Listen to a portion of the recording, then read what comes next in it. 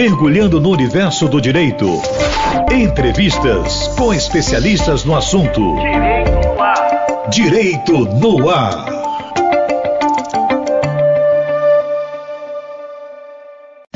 No ar, Heraldo Moreira, comunicando. Meus amigos e minhas amigas do Direito no Ar, esta é a nossa edição de número 5, gravada para exibição em 12 de maio de 2024, domingo. A nossa proposta é trazer informações relevantes para você, especialmente quanto aos seus direitos e concursos públicos na área jurídica.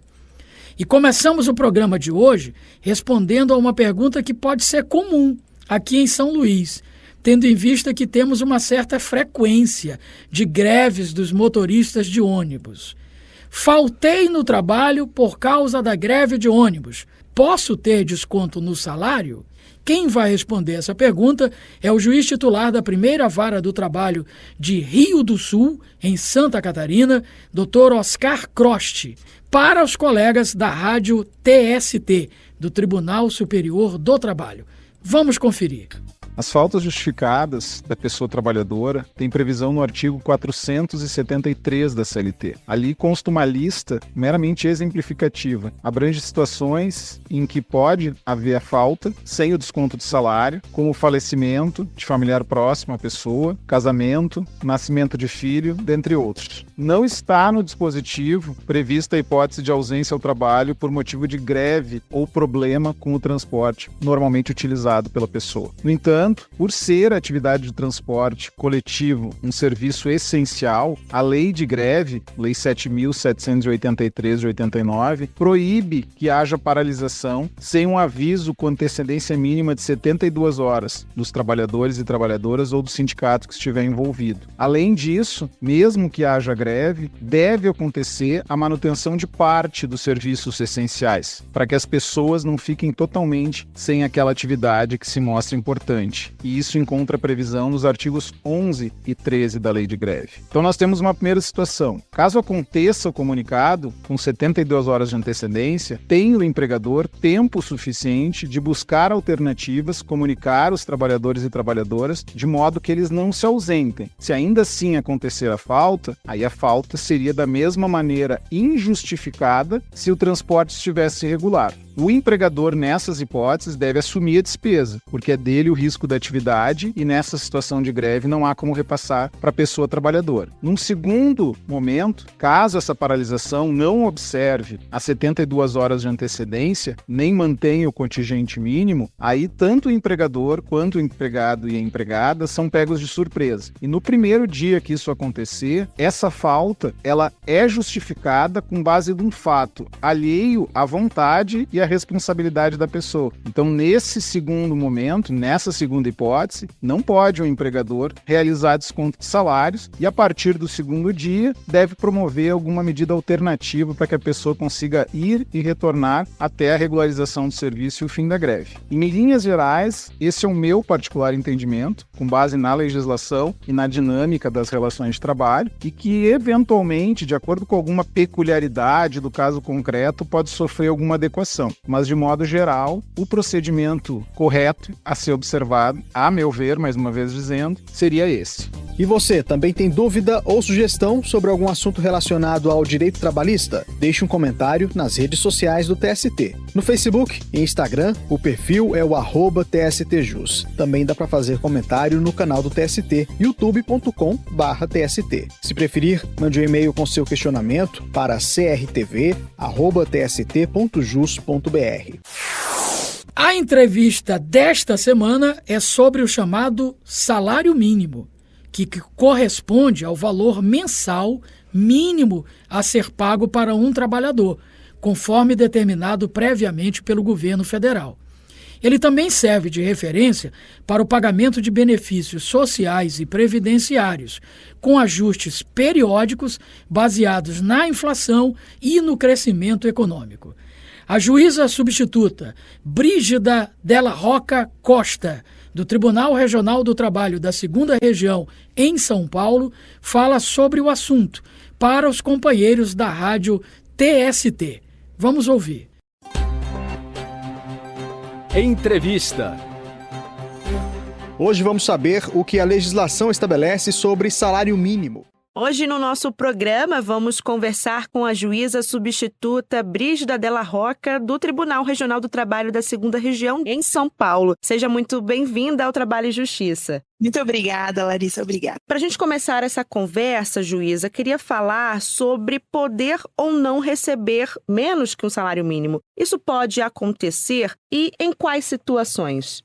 Pois bem, Larissa, via de regra, nenhum trabalhador pode receber menos que um salário mínimo. Ele é nacionalmente unificado pelo Poder Executivo Federal por decreto federal e atualmente é 1.412, o valor dele. Assim, a regra geral é que nenhum trabalhador pode receber menos, e isso está no artigo 7º, inciso 4º da Constituição Federal, bem como no artigo 76 da CLT. Mas veja que o salário mínimo foi instituído com relação aos trabalhadores que trabalham 8 horas diárias e 44 horas semanais a rigor. Assim, tem como o trabalhador receber menos que um salário mínimo se ele trabalhar menos que 8 horas diárias e 44 horas semanais, ou seja, ele receberá um valor proporcional à jornada inferior que ele trabalha, e isto está sedimentado na orientação jurisprudencial 358 da SDI1 do Tribunal Superior do Trabalho.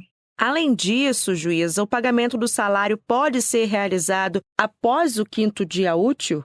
Veja bem, o Brasil, ele adotou um padrão de pagamento de salário e demais benefícios de forma mensal, via de regra, em que pese o salário poder ser calculado de outras formas, como semanal, quinzenal, e não há nenhuma vedação legal. O artigo 459 da CLT, ele fala que quando o pagamento houver sido estipulado por mês, ele tem que ser efetuado o mais tardar até o 5º dia útil do mês subsequente. Então, se o salário for pago de forma fixa, mensal, a exemplo, no caso que a gente está falando de salário mínimo, se ele receber 1.412, ou seja, um salário mínimo, obrigatoriamente o empregador terá que pagar até o 5º dia útil do mês subsequente. Porém, existe a possibilidade de alguns pagamentos terem frequência superior ao mês, mas não quando é um salário base mensal. Exemplo, uma comissão, algum bônus, alguma variação, especialmente de grandes empresas, pode sim ser acordado pagamentos bimestrais, trimestrais, semestrais ou até anuais, mas o salário base fixo não. 5º dia útil é o máximo.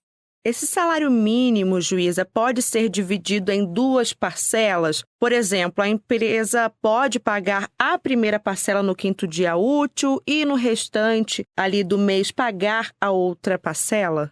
Veja bem, o pagamento do salário mínimo ele tem que ser feito até o 5º dia útil do mês subsequente ao da prestação de serviço, conforme eu já mencionei na questão anterior. Então, se o empregado receber um salário mínimo, não poderá haver divisão em 2 parcelas, ou seja, metade no 5º dia útil e depois lá pelo dia 20. O que a gente tem que distinguir é quando o empregador recebe o quê? Antecipar o salário. Ou seja, comecei a trabalhar hoje na empresa, ou seja, 1º de março que seja, no dia 20 do mesmo mês ela paga R$500 e no 5º dia útil ela paga o restante. Aí sim, mas ultrapassar o 5º dia útil é vedado pela legislação. Agora falando sobre os empregadores, juíza, há uma previsão de multa em caso de atraso no pagamento do salário? Sobre a multa, infelizmente, em que pese a principal obrigação do empregador seja, de fato, pagar salário na data correta, a CLT não fala especificamente de uma multa no caso de atraso do salário. E quem diz isso é a jurisprudência e, no caso, o nosso Tribunal Superior do Trabalho, o quem se manifesta na súmula 381 do TST, que diz o quê? Se o empregador não cumpriu com o pagamento até o 5º dia útil do mês subsequente ao da prestação de serviço, incidirá índice de correção monetária a partir do dia 1º. Ou seja, a única coisa que o empregador deve pagar é o salário atrasado atualizado monetariamente. Pode haver eventuais multas já em sede coletiva ou quando a Justiça do Trabalho exerce o poder normativo por sentenças normativas. Mas isso não para o trabalhador que segue apenas a CLT, e sim quando tem esses documentos normativos coletivos. E um dos exemplos é quando o TST utiliza o precedente normativo número 71 62, que estabelece multa ao empregador se atrasar salários. Mas, via de regra, a CLT não prevê multa. Um outro ponto que eu gostaria de tocar aqui na nossa conversa, juíza, seria com relação à contribuição para o INSS. O trabalhador que recebe remuneração abaixo do salário mínimo precisa fazer essa contribuição?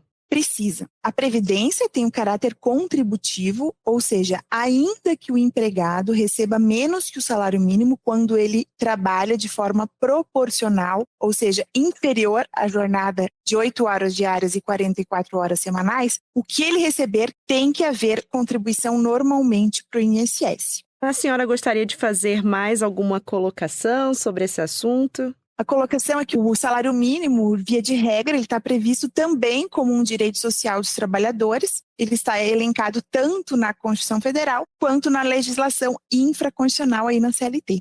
Juíza substituta Brígida Della Rocca, do Tribunal Regional do Trabalho da 2ª Região em São Paulo, participou com a gente. Muito obrigada pela entrevista. Muito obrigada a todos e foi um prazer estar aqui.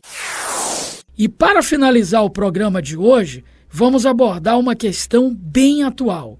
Trata-se de uma matéria publicada pelo site olhardigital.com.br no último dia 23 de abril, com o título Primeira Lei de Privacidade de Ondas Cerebrais é aprovada nos Estados Unidos. Em 17 de abril, os Estados Unidos se tornaram o primeiro país a classificar dados coletados a partir de ondas cerebrais como informações pessoais sensíveis, que agora passam a ser protegidos pela Lei de Privacidade do Colorado, em vigor desde 2023. Em outras palavras, as empresas agora precisam, em alguns casos, de autorização das pessoas para usar seus dados cerebrais. A proteção de informações biométricas já era um direito da população e agora a legislação também se aplica a dados cerebrais com fins de identificação, coletados por dispositivos de neurotecnologia. Ou seja, a medida é aplicável a interfaces cérebro-computador não invasivas, como aquelas fabricadas pela Emotiv ou pela NeuroSky. A expectativa é que mais leis como essas sejam implementadas em todo o mundo. O Comitê Judiciário do Senado da Califórnia, por exemplo, aprovou recentemente uma lei de neurodireitos para o Estado. No Chile, a proteção aos dados cerebrais foi utilizada pelo Supremo Tribunal de lá para ordenar que a Emotiv excluísse os dados cerebrais de um determinado cidadão do seu banco de dados. As regulamentações estão sendo impulsionadas principalmente pela NeuroRights Foundation, organização sem fins lucrativos que luta contra o uso antiético da neurotecnologia. Abre aspas. Tudo o que somos está dentro de nossa mente, o que pensamos e sentimos. E a capacidade de decodificar isso do cérebro humano não poderia ser mais intrusivo ou pessoal para nós. Fecha aspas. Foi o que disse Jared Genser, cofundador da organização, ao The New York Times. Ainda que a nova lei não proteja exatamente os dados recolhidos para esses fins, Genser afirma que a medida já representa um grande avanço, especialmente com a previsão de que o mercado da neurotecnologia chegue aos 15 bilhões de dólares em 2024, devendo crescer ainda mais nos próximos anos. E aí, você imaginava que algum dia a gente estaria discutindo direito com neurociência, captação de dados cerebrais e tal? Pois é, isso é o direito mais moderno. Então é isso. Até o próximo Direito no Ar e muito grato pela sua audiência.